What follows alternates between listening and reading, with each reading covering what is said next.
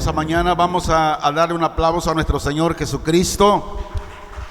Él es digno, Él es merecedor de recibir la gloria, ¿verdad? Cuando un político llega a nuestra colonia, días antes o muy temprano, los vecinos se levantan y empiezan a barrer la calle, contratan la banda del chile frito, ¿verdad? Que cada quien va por su lado, pero hacen ruido. Eso habla de que hay un representante o hay una persona importante en la colonia. Yo quiero decirle que en este lugar está alguien más que un político. Está el Rey de Reyes y Señor de Señores. Así es que brindémosles otro fuerte aplauso al Señor. Gloria a Dios. Abra conmigo, por favor, el Evangelio de Marcos. Estamos en el Evangelio de Marcos. Hoy entramos en los versículos 53 al 65 de Marcos 14. Y dice la palabra de Dios de esta manera, en el nombre de Jesús. Trajeron pues a Jesús al sumo sacerdote, y se reunieron todos los principales sacerdotes y los ancianos y los escribas. Y Pedro le siguió de lejos hasta dentro del patio del sumo sacerdote, y estaba sentado con los alguaciles calentándose al fuego.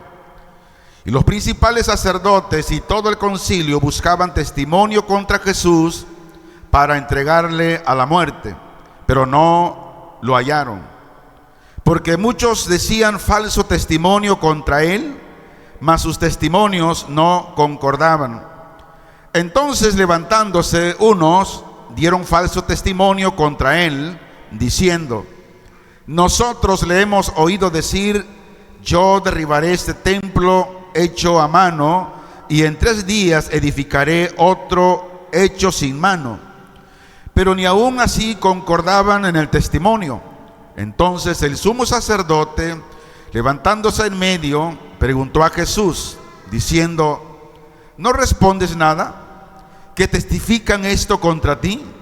Mas él callaba y nada respondía.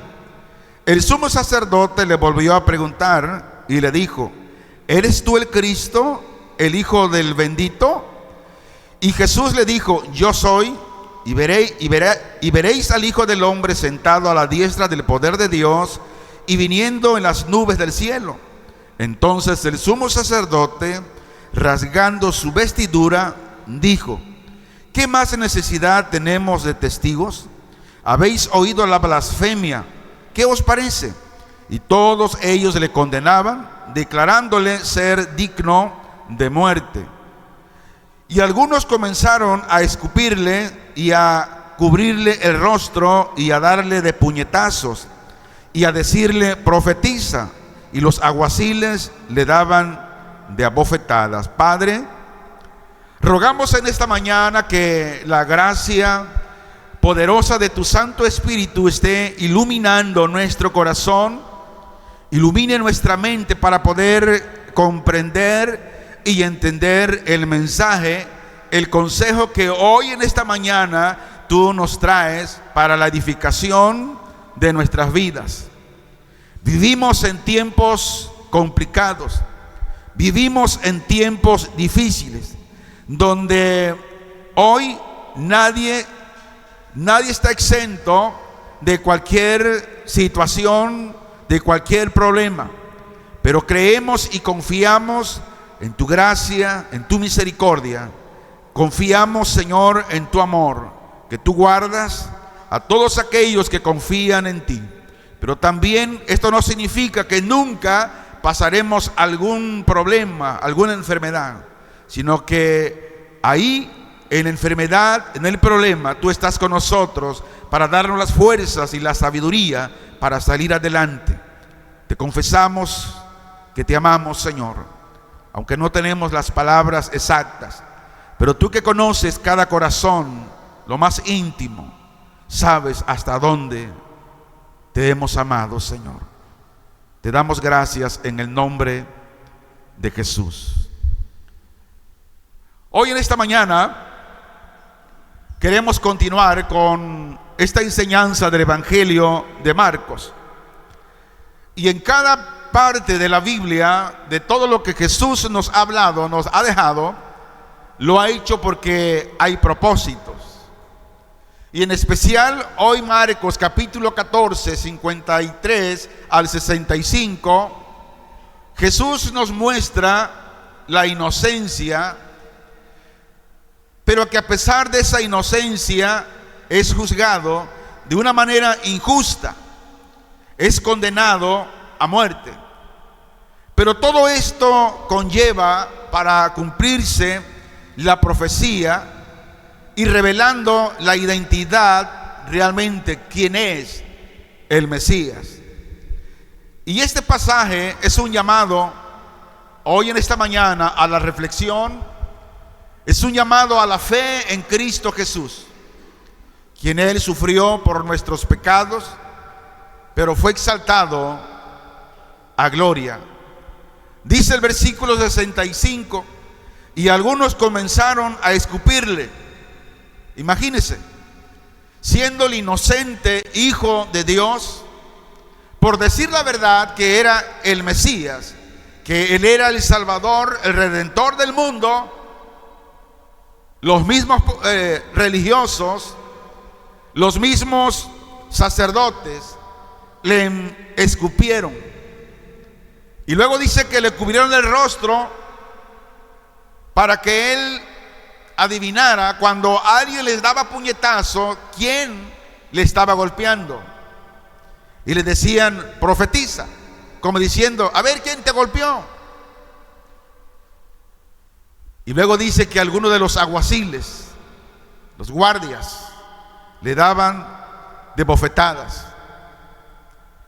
Yo pregunto en esta mañana, ¿qué sería de nosotros si alguien viene y lo abofetea sin razón? ¿Usted qué haría? Yo creo que muchos nos defenderíamos y nos olvidaríamos lo que dice la misma Biblia: si alguien te golpea la mejilla, dale la otra. Yo creo que a muchos se nos olvidaría esa escritura y nos vamos a defender. Mas sin embargo Jesús, Él no hizo nada. Él quedó callado.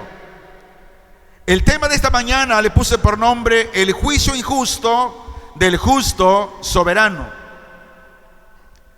Y estaremos viendo aquí sobre la verdad de Cristo frente a un poder religioso que estaba corrompido, donde vemos que Jesús es condenado no por falta de pruebas, más bien Jesús fue condenado por declarar la verdad de su identidad mesiánica y divina. Hoy igual en estos tiempos, si alguien declara la verdad, se gana enemigos.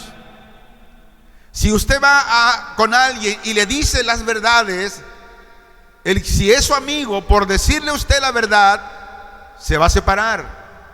Ya no lo va a seguir porque le dijo la verdad. Hermanos, declarar la verdad puede tener consecuencias negativas. ¿Por qué? Porque declarar la verdad es incomodar a alguien, lo que puede llevar a que te rechacen, te aíslen. Decir la verdad, puedes perder amigos e incluso ciertos privilegios por decir la verdad. Hermano, decir la verdad nos pone en peligro de persecución o acoso.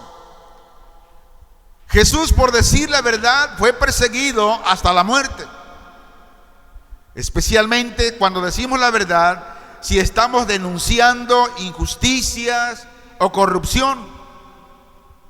Y cuando Jesús denunció la hipocresía de los fariseos y los escribas, que ellos se presentaban como justos y piadosos, pero que en realidad eran corruptos, eran opresores.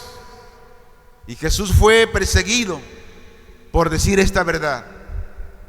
Diga usted la verdad y le van a odiar, pero siga la corriente con la mentira, a usted lo van a amar. lo van a cuidar, pero al final habrá un juicio por encubrir la verdad. Ahora, en el contexto político, histórico político, Israel se encontraba bajo el dominio de Roma, y el Sanedrín tenía autoridad religiosa. Pero ¿qué era el Sanedrín? En ese tiempo era un consejo de poder y de autoridad. En ese tiempo era el consejo supremo de los judíos en tiempos de Jesús. Aunque el Sanedrín tenía poder y tenía autoridad, mas sin embargo no podía ejecutar pena de muerte sin la autorización romana. Vamos a comprobarlo.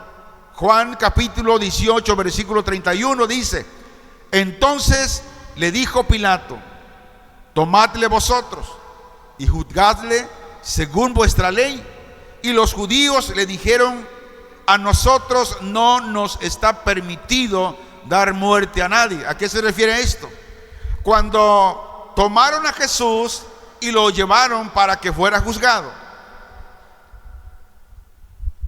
Ahora, a todo esto existía una tensión constante entre líderes judíos en mantener el control religioso, así como la estabilidad. Y a Jesús, por haber dicho la verdad, fue visto como una amenaza pública y directa. Y esto sucede en estos tiempos. Si alguien dice la verdad, te van a prohibir que te juntes con aquel que dice la verdad, porque vas a descubrir la mentira que ha estado.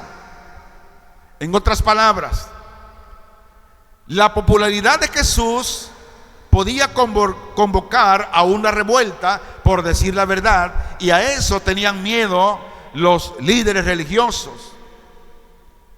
Ahora, en el contexto cultural y legal judío, un juicio no debía celebrarse de noche, no debía hacerse durante una fiesta religiosa, y se querían 2 o 3 testigos que concordaran, y la sentencia de muerte no podía dictarse el mismo día. Por eso a Jesús se lo trajeron varias horas de aquí para allá y de allá para acá. Vemos en los contextos teológicos de este pasaje que se cumple lo que el profeta Isaías dijo.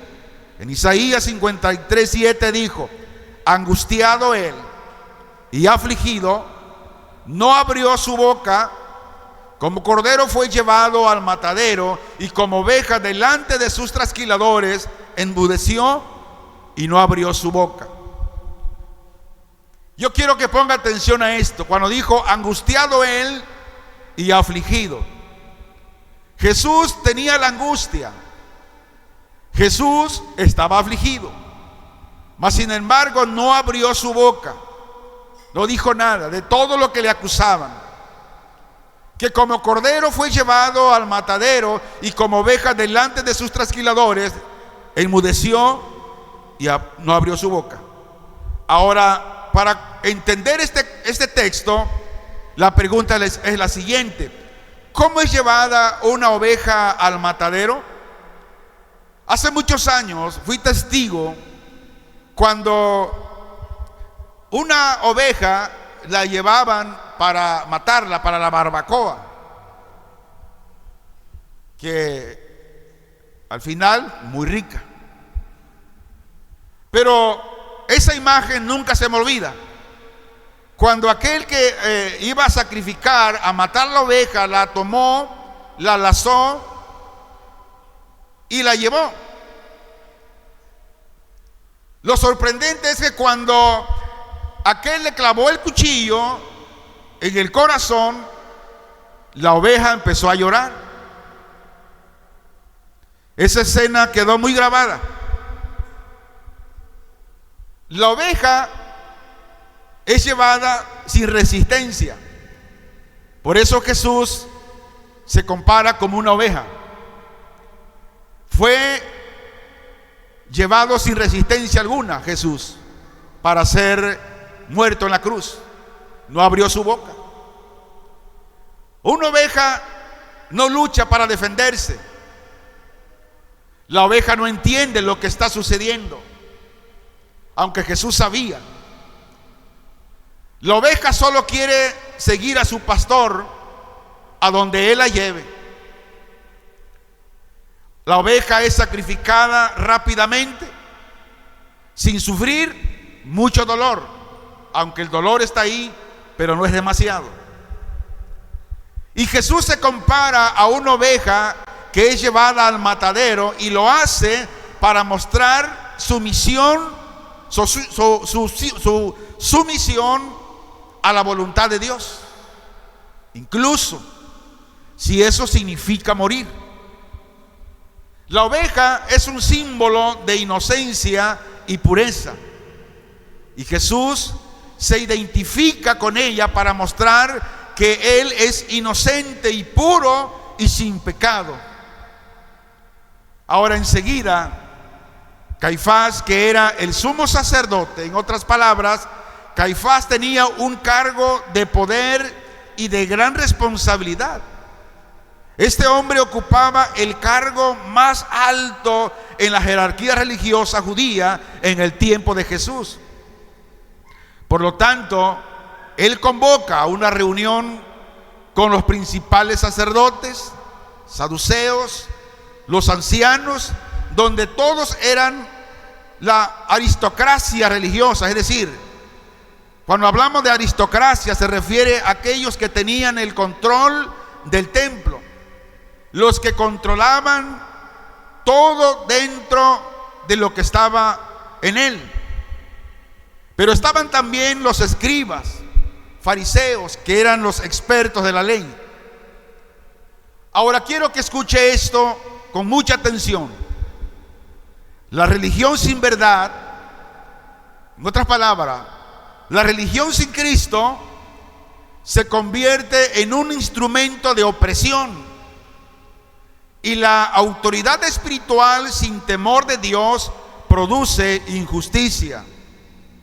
Por eso no todo aquel que dice ser cristiano lo es. Muchos caminan en una religión, pero no tienen la verdad. ¿Quién es la verdad? Cristo. La verdad no es una iglesia. La verdad no es un pastor. La verdad es Jesucristo. Y si alguien tiene una religión y camina en la religión, pero no tiene a Cristo, se convierte en una persona que oprime, una persona que practica la injusticia hacia el prójimo. Una persona sin Cristo, sin la autoridad de Cristo, no puede hacer nada. Hermanos, la importancia de la autoridad espiritual en Cristo. Aquel que no la tiene, que solamente profesa una religión, esta persona produce injusticia. Veamos los versículos 54 al 59. Y Pedro le siguió de lejos hasta dentro del patio del sumo sacerdote, y estaba sentado con los alguaciles calentándose al fuego. Y los principales sacerdotes y todo el concilio buscaban testimonio contra Jesús para entregarle a la muerte, pero no lo hallaban, porque muchos decían falso testimonio contra él, mas sus testimonios, dice, no concordaban. Entonces, levantándose unos, dieron falso testimonio contra él, diciendo: nosotros le hemos oído decir, yo derribaré este templo hecho a mano, y en 3 días edificaré otro hecho sin mano. Pero ni aún así concordaban en el testimonio. ¿Por qué razón? Porque cuando hay una mentira, no habrá concordancia. Vemos un juicio basado en falsedad e inconsistencia. Y en el versículo 54 vemos la cobardía, el miedo de Pedro, en contraste con la valentía de Cristo, que no abrió su boca. Ahora, ¿qué hace Pedro?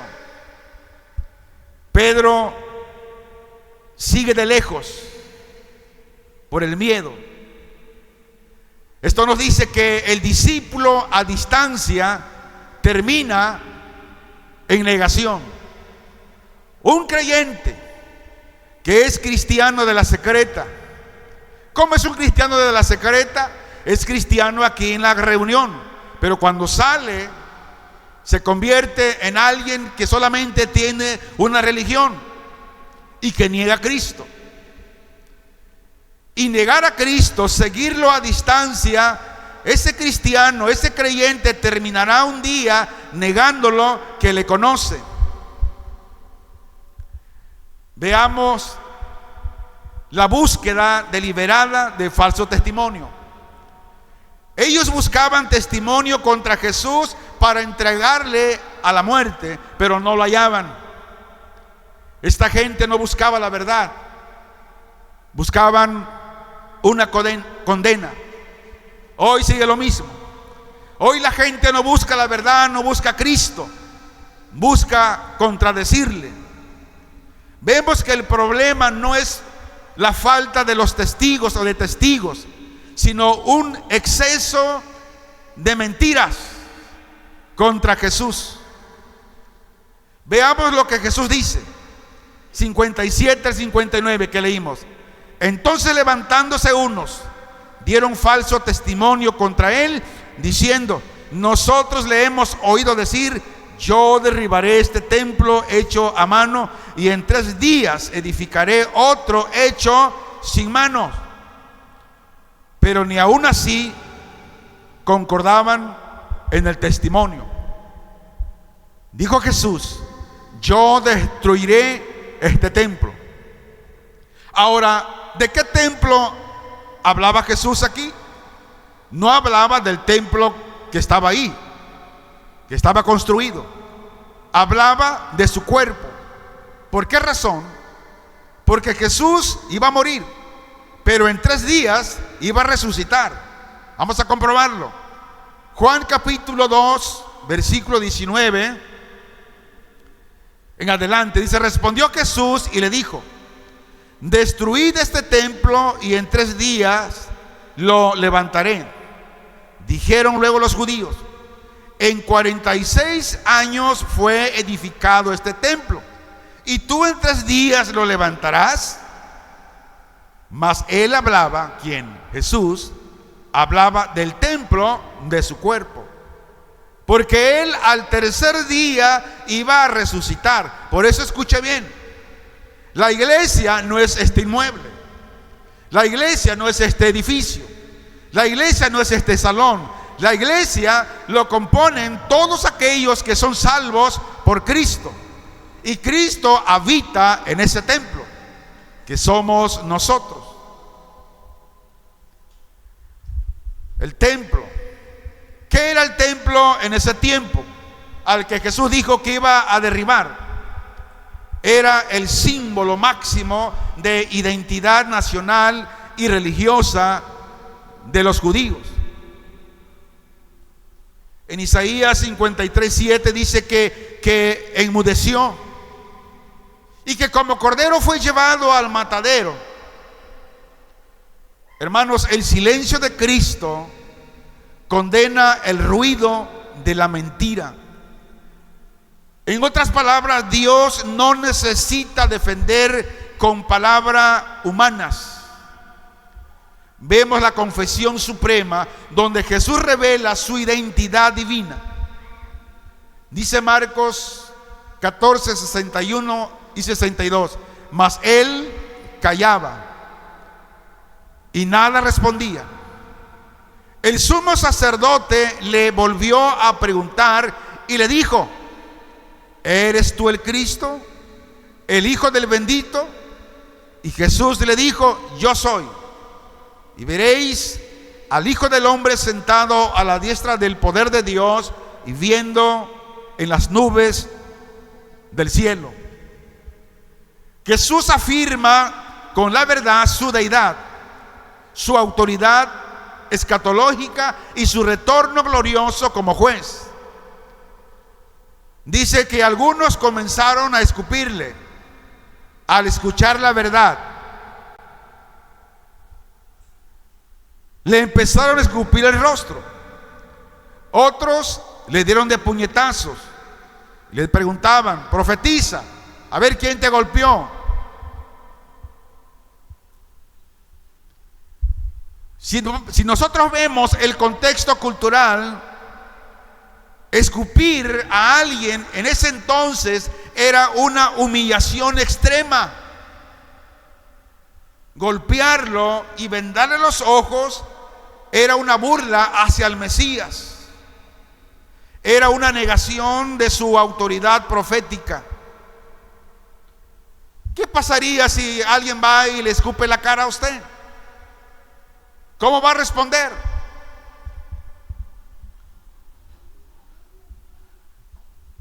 Vemos cómo Jesús comienza a cargar el oprobio, el desprecio y la vergüenza del pecado humano, donde el Creador es escarnecido por su misma creación.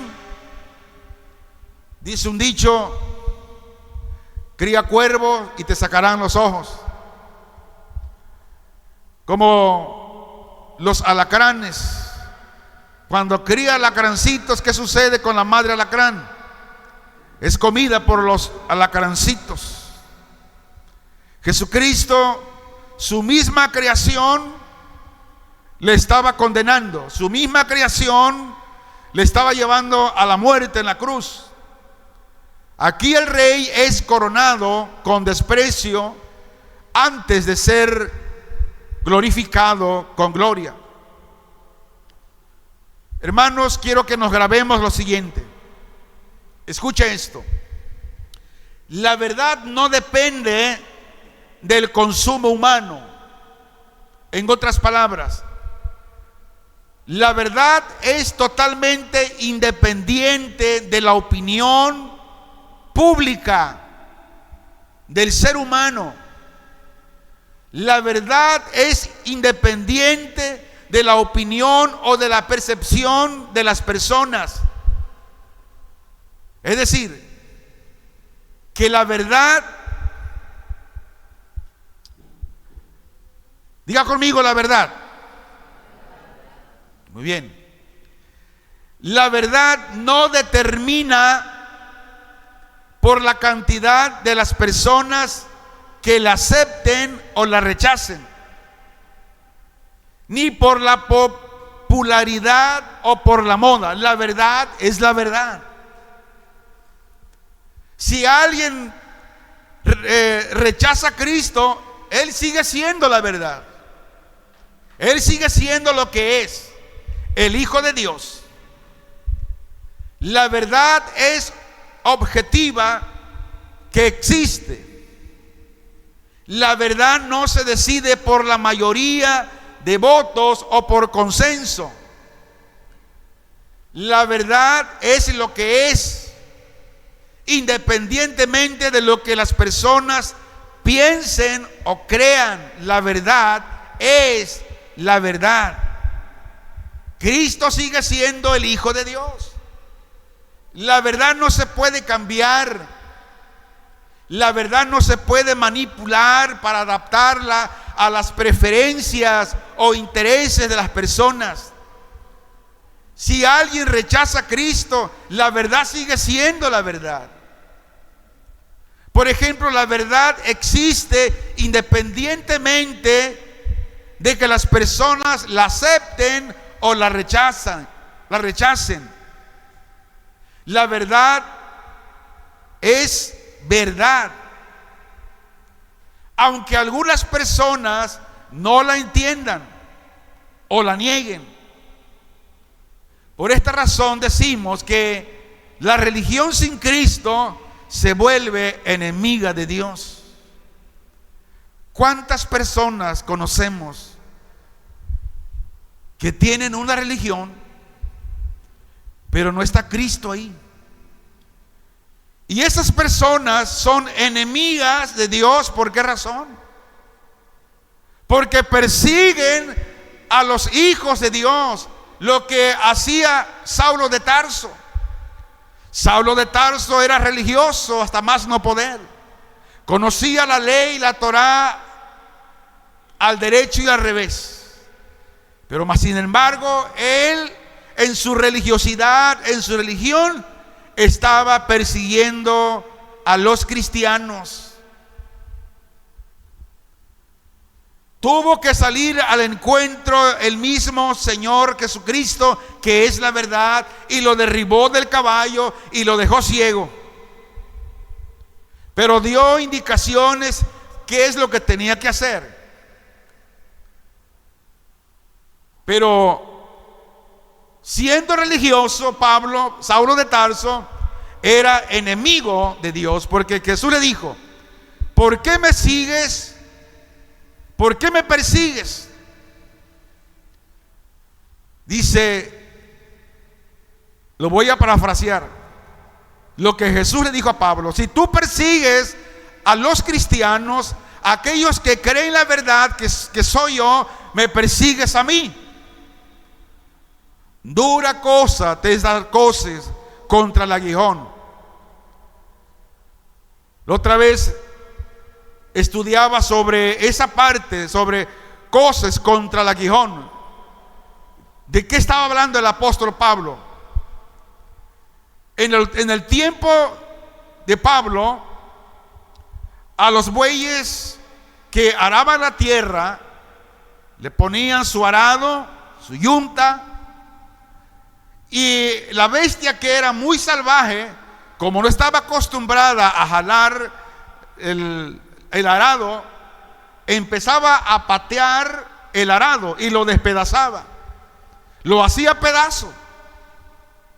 Pero el agricultor pensó y dijo: bueno, ahora lo que hizo, y le puso al arado, la parte de atrás, púas, fierros, acero con púas, y cada vez que la bestia pateaba, se hería la pata y terminaba sangrada, y al final obedecía para jalar la yunta, el arado. Y es lo que Cristo le estaba diciendo a Pablo. ¿Cómo terminó Pablo? Ciego, aunque después Ananías oró por él y Dios le restauró la vista, pero Pablo terminó siendo un hombre de Dios.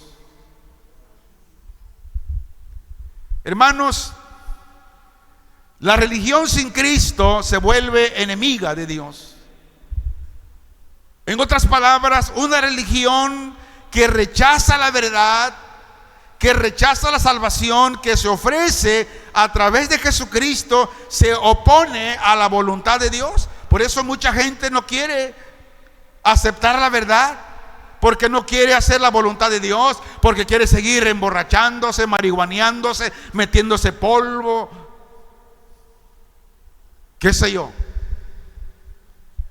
Una religión que se opone a la verdad de la palabra de Dios, como se revela en la Biblia. Esta religión se opone a Dios mismo. Una religión que presenta una imagen falsa de Dios, que no se ajusta a la revelación bíblica, se opone a la naturaleza y el carácter de Dios. Jesús no muere como mártir. Jesús muere como el Mesías soberano. Jesús no es una víctima pasiva de las circunstancias, sino que tiene el control y la voluntad de entregar su vida. Dice Juan 10, 17 al 18, sobre cómo Jesús se entregó a sí mismo. La muerte de Jesús no fue un accidente, no fue un fracaso. Fue un acto deliberado y necesario para cumplir su misión de salvar a la humanidad que creyera en Él. Por eso Juan 3:16 dice: porque de tal manera Dios amó al mundo, que ha dado a su Hijo unigénito, para que todo aquel que en Él cree no se pierda, mas tenga vida eterna. ¿Quiénes son los que se pierden? Los que no creen en la verdad, los que rechazan la verdad. Pero aquellos que creen en la verdad, ellos tienen vida eterna en Cristo Jesús. Hermanos, rechazar al Hijo de Dios es rechazar al Padre. Hay sectas que dicen que Jesús no cuenta, que solamente el Padre. Pero la Biblia es muy clara, que dice que el Hijo es igual que el Padre. Y rechazar al Hijo se está rechazando al Padre. Jesús es uno con el Padre. Por lo tanto, rechazarlo es rechazar al Padre que lo envió. ¿Por qué? Jesús es la representación perfecta del Padre. Por lo tanto, si alguien, a menos no hemos visto al Padre, como Tomás dijo: yo hasta que no vea las llagas, las cicatrices de las manos y los pies en su costado, no voy a creer. Y luego cuando alguien le dijo: muéstranos al Padre y nos basta, Jesús dijo: tanto tiempo he estado con vosotros y aún me preguntan o me dicen que les presente al Padre. ¿A poco no saben que el Padre está en mí y yo estoy en el Padre? Hermanos, rechazar a Jesús es rechazar la revelación perfecta del Padre. Ahora, el silencio de Cristo es parte de su obra redentora. Este silencio de Cristo fue un acto de obediencia a la voluntad de Dios, que lo llevó a entregar su vida por la humanidad. Nos dice que el silencio de Cristo cumple las profecías de Isaías 53:7, que dice que el siervo sufriente no abrió su boca. El Sanedrín creyó juzgar a Jesús, pero en realidad se juzgó a sí mismo. Vemos cómo el tribunal humano condenó al Hijo de Dios, pero ese mismo Hijo un día se sentará a juzgar a todos, donde la diestra del Padre juzgará a vivos y a muertos. Hermanos, Dios por medio de su palabra nos dice hoy que permanezcamos fieles, aunque nos cueste reputación o seguridad. Jesús callaba y nada respondía. Jesús no negó de quién era, no negó su identidad para salvarse. Cuando llega el momento crucial, Jesús confiesa la verdad, aún sabiendo que eso lo llevaría a la cruz. Creyente, confesamos la verdad cuando estamos en el momento de la tentación. La tentación está en todo tiempo para todos los creyentes. ¿Qué hacemos cuando se presenta la tentación? ¿La enfrentamos con la verdad o negamos la verdad? El creyente no está llamado a acomodar la verdad bíblica para evitar rechazo, o que diga: es que soy débil, hermano, y pues caí. No, oiga esto: callar por temor es distinto a callar por obediencia. Aquí vemos que Jesús calla hasta que la verdad debe ser proclamada. Hermanos, la fidelidad de Cristo, escuche esto, la fidelidad a Cristo se mide cuando decir la verdad tiene consecuencias. Está un libro llamado Locos por Jesús, se lo recomiendo, cómprelo, estúdielo. Son testimonios vívidos de hombres y mujeres, de cristianos que por decir la verdad y no negar la verdad fueron asesinados, fueron muertos, fueron encarcelados, recibieron las consecuencias por hablar la verdad, por no negar la verdad. No confundamos religiosidad con obediencia a Dios. Los líderes religiosos de ese tiempo tenían Biblia, como hoy. Muchos cristianos conocen la Biblia. Los religiosos tenían Biblia y tenían un templo, así como hoy. Muchos cristianos son miembros de una congregación local, pero ¿sabes qué? Carecen de la verdad y carecen del amor de Dios, carecen del temor de Dios. Por eso no todo aquel que usa un lenguaje cristiano honra a Cristo o es cristiano. Por esta razón el creyente debe evaluar las enseñanzas que se dan especialmente en este lugar. Si las predicaciones que en este lugar se dan son bíblicas o no lo son.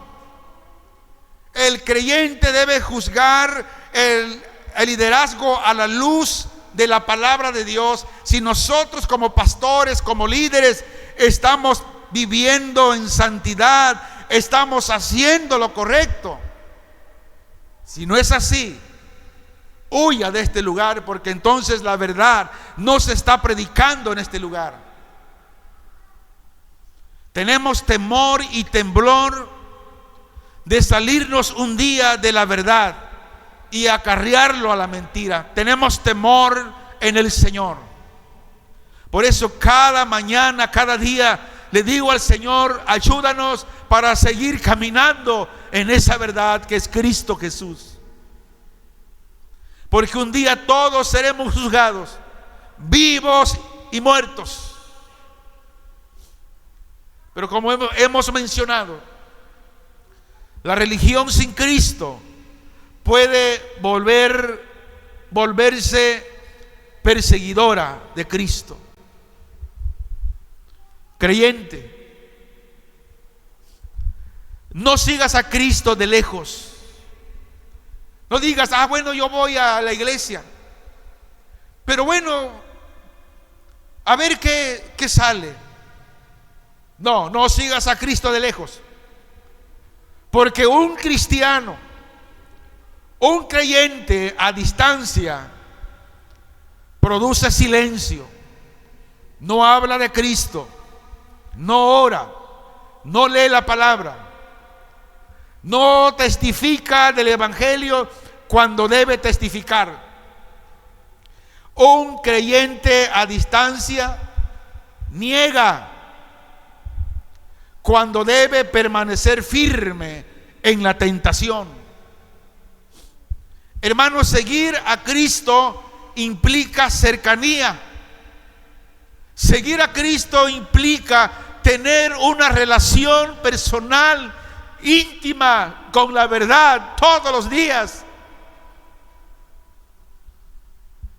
Aun cuando el camino conduce al rechazo, aun cuando la gente te malmira, aun cuando la gente habla mal de ti diciendo mentira, seguir a Cristo, estar con la verdad, es caminar con la verdad. La pregunta es: ¿mi relación con Cristo es pública y firme o solo es privada y cómoda? En otras palabras, solamente ¿Sigo a Cristo en mi casa y cuando estoy en la congregación? ¿Y cuando salgo a la calle soy otra persona? El creyente no siempre será comprendido. Si usted vive conforme a la verdad, usted será rechazado. El creyente no es absuelto en este mundo, sino todo lo contrario. Si usted habla de la verdad, será rechazado. Además, debe saber que Dios no promete justicia inmediata. Cuando alguien es perseguido y tú clamas a Él y Dios no responde, Dios dice que Él estará contigo todos los días hasta el fin del mundo. Pero oramos en la persecución y no hay respuesta inmediata, no hay justicia. Pero Dios sí promete que la justicia que Él haga en el tiempo que Él quiera será una justicia perfecta. Hace unos días en Colombia, un individuo tocó la puerta de la casa de un pastor llevando un ramo de flores como regalo, pero era un regalo disfrazado con la muerte. A este pastor y a su hija, por hablar la verdad, por decir la verdad y no callarse de la verdad, fue silenciado, fue asesinado él y su hija. ¿Por qué? Porque la verdad incomoda. Para ir finalizando, cuando Cristo dijo la verdad, comenzaron a escupirle. Hermanos, el rechazo no es una anomalía del discípulo, del cristiano, sino una parte de él. Ser fiel a Cristo puede implicar ridiculación, marginación y malos entendidos. Hermanos, cuando el creyente no busca aprobación del mundo, sino fidelidad al Señor, usted será perseguido. Ahora, si sufrimos, también reinaremos con Él. ¿Qué quiere usted, sufrir y luego reinar con Cristo? ¿O, como el mundo dice, gozarla aquí y luego al final estar en el infierno por la eternidad? Yo prefiero ser fiel a la verdad, a Cristo, sufrir con Él por un corto tiempo aquí en la tierra para reinar por la eternidad con Él. Dice Marcos 14:61 para ir finalizando: mas él callaba y nada respondía.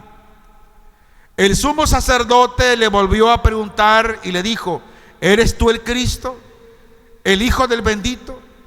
Y Jesús le dijo: yo soy. Y veréis al Hijo del hombre sentado a la diestra de Dios y viniendo en las nubes del cielo. Hermanos, Jesús no acepta definiciones incompletas de su persona. O es el Cristo, o es el Hijo de Dios, o no lo es. Y la pregunta hoy, en esta mañana: para Cristo no hay términos medios en el cristianismo. ¿Somos realmente cristianos o no somos? No podemos estar ahorita sí, ahorita no. No hay términos medios.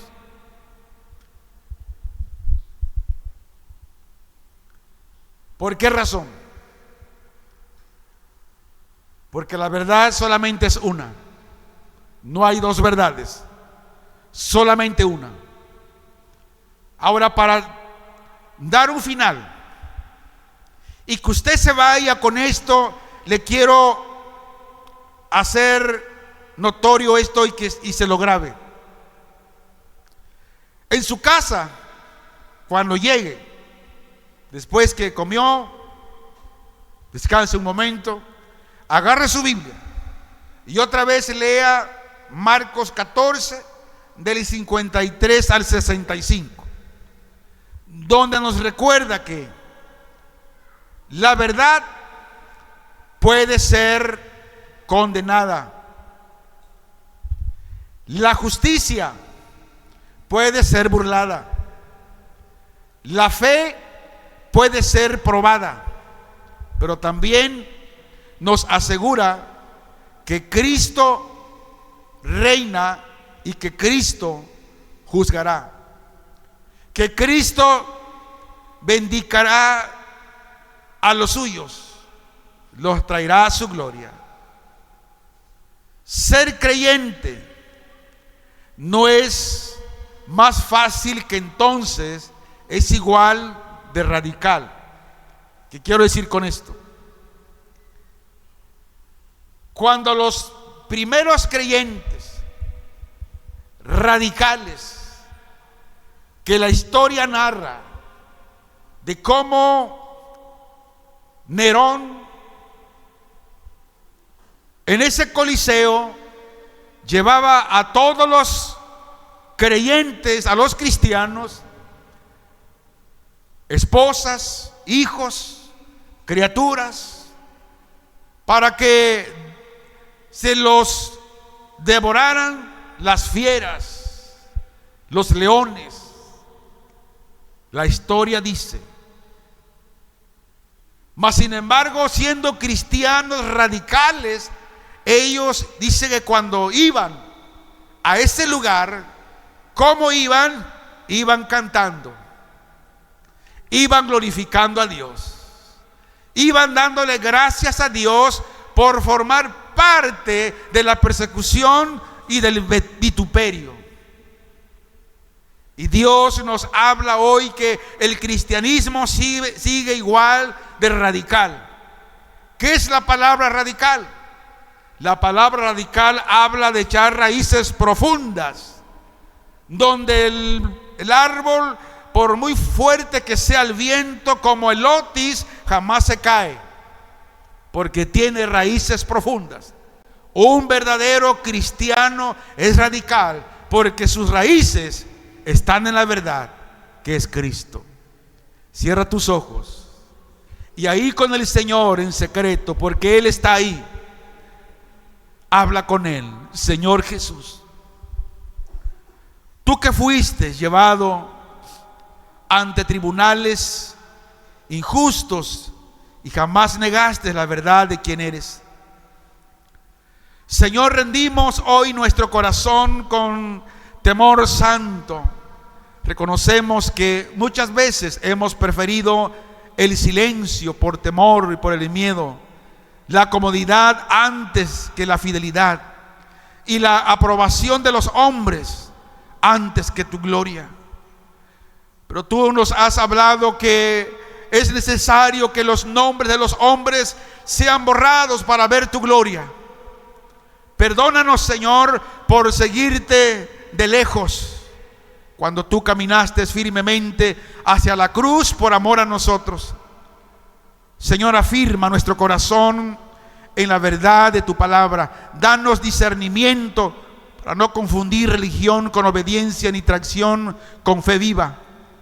Guárdanos de un cristianismo vacío de cruz y llévanos, Señor, a una confesión que sea clara, bíblica y valiente de tu nombre. Señor, concédenos la gracia para estar firmes cuando la verdad sea rechazada, cuando la burla llegue y cuando la justicia humana falle. Recuérdanos, Señor, que tú estás sentado a la diestra del Padre y que volverás en gloria para juzgar con justicia perfecta. Y que cada vez que nos llega el sufrimiento sea parte para honrarte y no para avergonzarte. Que cuando hablemos nuestras palabras, cuando abremos nuestra boca, que sea para confesarte a ti, Señor, que eres el Cristo, el Hijo del Dios viviente, el Mesías. nuestro Rey humillado y nuestro Juez glorioso. A ti sea la honra, la autoridad y el dominio por los siglos de los siglos, Señor. Amén.